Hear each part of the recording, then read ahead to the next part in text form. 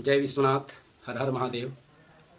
श्री काशी विश्वनाथो विजयतेतराम, श्री शंकराचार्यो विजयतेतराम।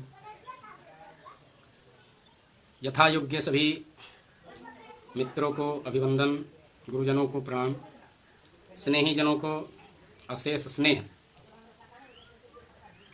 हमारे मन में बहुत दिनों से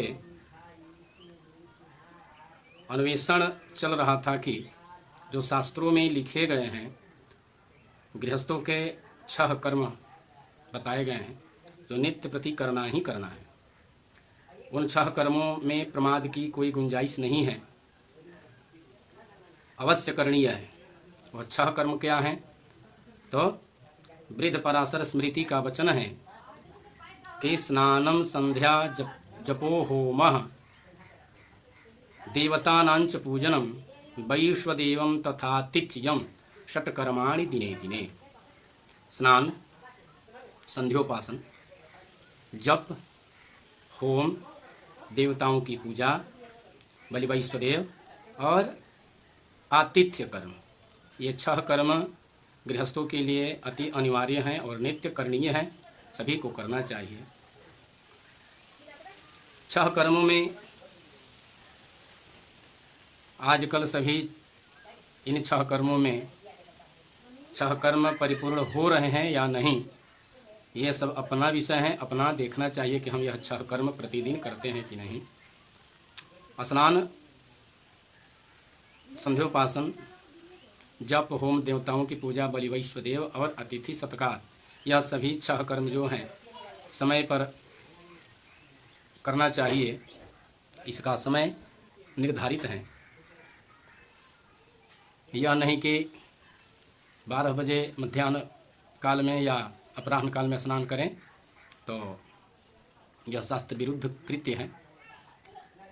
मन में एक अन्वेषण चल रहा था कि बलि वैश्वदेव के जो उसमें विधान हैं, बलि हरण मंडल बनाकर विधिवत तत्त स्थान के देवताओं की आहुति, ग्रास या जो भी उसकी विधियां हैं, उस विधि से संपादन करना है, जो प्रत्येक गृहस्थ के लिए संभव नहीं है। जो अपनी वृत्ति के लिए बाहर के प्रदेशों में निवास करते हैं, समय पर उनको अपनी वृत्ति स्थल पर जाना पड़ता है, किराए के आवास पर रह रहे हैं, संभव नहीं हो पा रहा है उनके लिए। और जो घर में अपने जन्मभूमि पर अपने मातृपितृ के सदन में या अपने बनाए हुए मकान में रह रहे हैं, वे भी जो बलि वैश्वदेव की विधि है उस विधि से संपादन करने में समर्थ हैं। तो उस स्थिति में क्या करना चाहिए? अन्य कृत्य तो संपादन हो ही जाते हैं हमारे द्वारा, लेकिन मन में यह चल रहा था कि बलि वैश्वदेव कैसे संपादन किया जाए, उसकी सूक्ष्म विधि क्या है। जैसे नांदी श्राद्ध करने के लिए हेमदान का विधान किया गया है। यदि नांदी श्राद्ध संपन्न करने में असुविधा हो या नांदी श्राद्ध करने में किसी प्रकार की समस्या हो, या एक ऐसी परंपरा भी हमारे क्षेत्र में चली है कि पता नहीं कहाँ से यह परंपरा प्रारंभ हुई है, 2 नांदी श्राद्ध नहीं होता है, जबकि नांदी श्राद्ध वृद्धि परक है, मांगलिक श्राद्ध है। यह जो भी नैमित्तिक कर्म किस बेला आती है, जब भी कोई मांगलिक कृत्य प्रारंभ हो रहे हो, तो वृद्धि श्राद्ध करने की अति आवश्यकता है। वृद्धि श्राद्ध करना ही करना है। पुत्र के जन्म में, विवाह में, यज्ञोपवीत आदि संस्कार जो भी हैं, इन सभी कर्मों में, यज्ञ में वृद्धि श्राद्ध की आवश्यकता है। तो यदि घर में किसी पुत्र की या किसी कन्या की शादी है और किसी पुत्र का शादी हो चुका है और उनका कोई संतान उत्पन्न हो जाए, तो वहाँ नांदी श्राद्ध विवाह के निमित्त भी होगा और पुत्र जन्म के निमित्त भी होगा। इसमें कहीं मना नहीं है कि एक श्राद्ध, नांदी श्राद्ध करने के बाद दूसरा नांदी श्राद्ध नहीं होगा, ऐसा कहीं निषेध नहीं किया गया है किसी शास्त्रों में, किसी धर्म ग्रंथों में। यदि एक ही मास में जितने भी संतान हो, सभी संतानों की शादी हुई हो और उन सभी संतानों की संतति हो जाए एक ही मास में 2, 4, 3, 5, 6, तो सभी के निमित्त वृद्धि श्राद्ध की अनिवार्यता है। यह नहीं कि एक लड़के को कर दिया जाए और अन्य जो संतान हुए उन लड़के को नहीं। तो ऐसी कहीं निषेध परक शब्द वाक्य नहीं मिले हैं। अब हम चलते हैं वैश्वदेव के लिए। जिस तरह नांदी श्राद्ध की संपन्नता के लिए हेम निष्क्रय दान का विधान किया गया है कि नांदी श्राद्ध अकरण प्रत्यवाय दोष परिहारार्थम नांदी श्राद्ध विहित फल प्राप्त्यर्थम शास्त्रोक्त फल प्राप्त्यर्थम च इदम हेमम वा हेम निष्क्रय भूतम द्रव्यम कस्मिंश्चित् ब्राह्मणाय योग्य ब्राह्मणाय वा स्वपुरोहिताय दास्ये दातुमहम उत्सृजे वा, इस तरह से संकल्प करके नंदी श्राद्ध की संपन्नता कर दी जाती है। उसी तरह हमें बलि वैश्वदेव के लिए भी मार्गदर्शन प्राप्त हुए हैं। इस विधि से प्रतिदिन बलि वैश्वदेव संपादन किए जा सकते हैं और इस विधि से भी प्रतिदिन बलि वैश्वदेव संपादन करना चाहिए। और निवेदन करेंगे कि सभी मेरे सुहृद बंधु प्रेमी आदि जो हैं वे सभी प्रतिदिन बलि वैश्वदेव करें। यह 6 कर्मों के अंतर्गत अनिवार्य कर्म भी है। बलि वैश्वदेव करने से यह होता है कि जो बलि वैश्वदेव के देवता हैं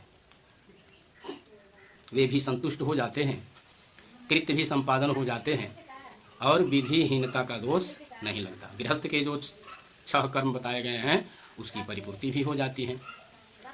तो इसमें हम संकल्प का वह जो चित्र है यह प्रस्तुत है, आप इसे देखें।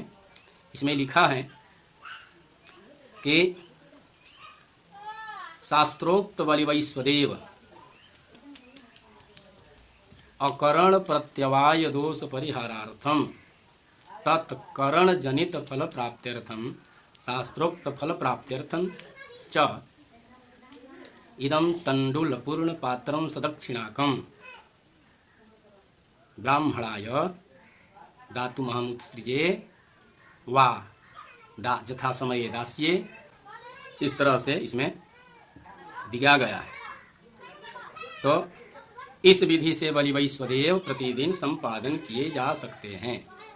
एक बात और है, यदि शास्त्रों का अध्ययन करते हैं, ग्रंथों का अध्ययन करते हैं, तो ये सब परमात्मा की विभूतियां हैं।